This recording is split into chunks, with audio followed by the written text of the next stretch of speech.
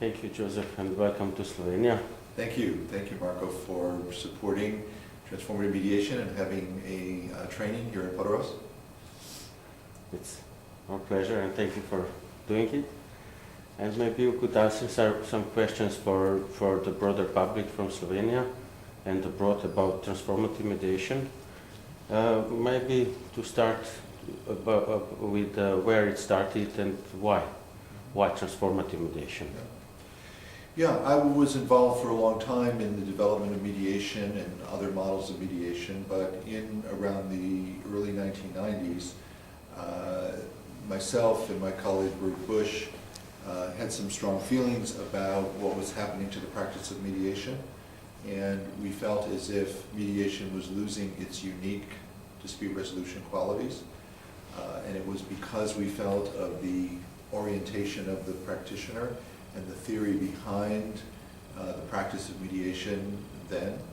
And so we found that mediation was becoming a much more directive process, one that undermined the self-determination of the parties, even though the rhetoric of mediation was always about supporting party choice, party self-determination. So almost inadvertently, the practice was moving away from that, and therefore the unique qualities of mediation were being lost. Its potential, or as we said in our first book, the promise of mediation, was being jeopardized. So we thought it was important to articulate where the conceptual foundation of mediation could be, so that practice would preserve that unique mission, that unique quality that is very valuable for people in communities and families and society. So you mentioned the book, The Promise of Mediation, and it is a very appealing title. So what, in your opinion, is the promise of mediation? Yes, the promise of mediation is that mediation offers people the chance to enhance two important capacities that everyone as human beings have. The capacity for their own empowerment, meaning their ability to deal with conflicts in a way that is thoughtful, deliberate, non-reactive, the ability to think clearly about the choices we make in difficult conflict circumstances, and at the same time our human capability to move beyond ourselves and to connect to other people who are different from us, to understand difference and to figure out how to live with difference when there is no common ground, when there is very little reason that people have to change, but we still live with difference all the time. How do we interact with each other? Can we interact with each other in an empowered and connected way, even in the face of significant differences? This model tries to promote that ability in people.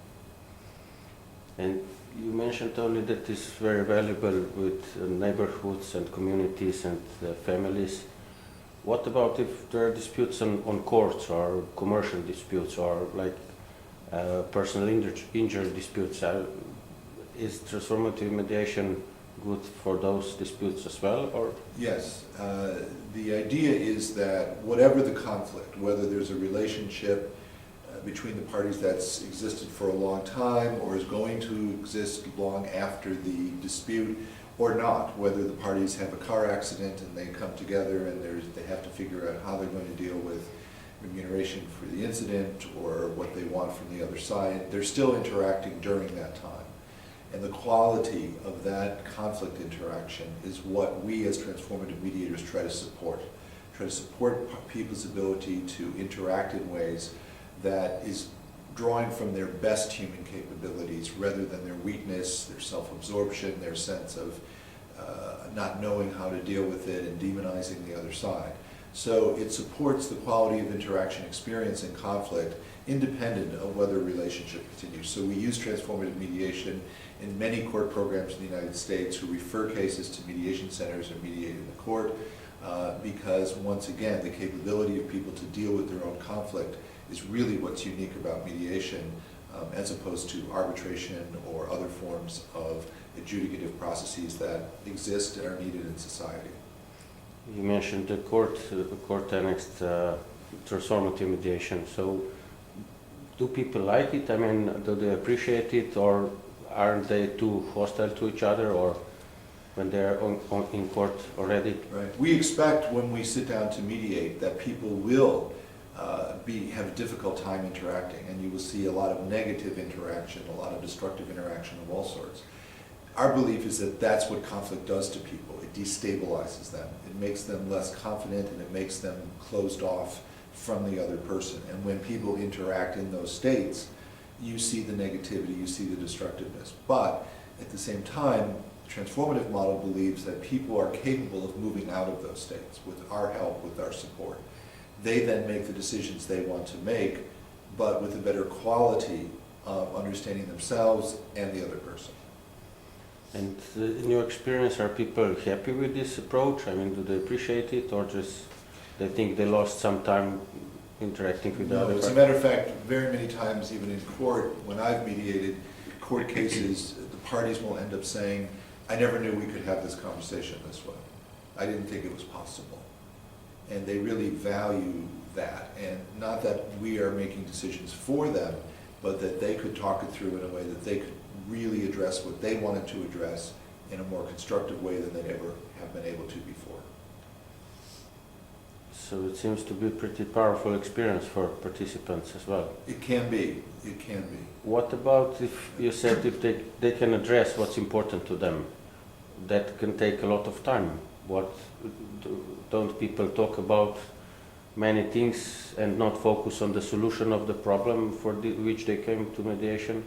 It's really up to them. In this model, we follow the parties in terms of what they feel is important to talk about. And it's been shown through the research on some of the programs we've done that the mediations don't last significantly longer than other types of mediations. And my belief about that is that the reason for it is because the parties know what they want to talk about.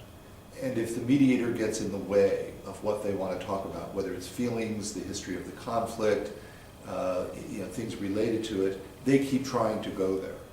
And what we get in the way of their desire to talk about what they want to talk about, then it takes longer. So some mediations, I think, frustrate parties, and it lasts longer because the parties are in tension with the mediator in terms of, we want to really go here, and the mediator's saying, oh, that's not really relevant, how are we going to get to the solution? The route to a solution to a problem should be up to the parties. And when they have that freedom to do that in mediation, it is often a shorter process rather than a longer one. Interesting. So what about if you mentioned that the parties can talk with each other about things that are important to them? What if parties don't want to talk to each other? What if they just want sort of settlement or closure but don't want to talk to each other? That happens many times. But even if they want settlement or closure, they still have to talk through what that settlement's going to be. So if they truly do not want to talk to each other, then they don't want mediation. They want someone else to hear a case and decide it. And that's not the character of any type of mediation, really. That's when you go to arbitration or a settlement hearing or some other hearing panel. But the truth is that if they only want to talk about the money, and maybe that's your question, the money, the content, we absolutely support them in doing that. We would never say or facilitate an interaction in such a way that they had to deal with underlying issues or things we thought could be affecting the conflict that they themselves do not want to talk about. They decide whether they want to talk only about the money and the concrete terms of settlement, or whether they want to talk about factors which made it impossible for them to settle on their own. It's up to them.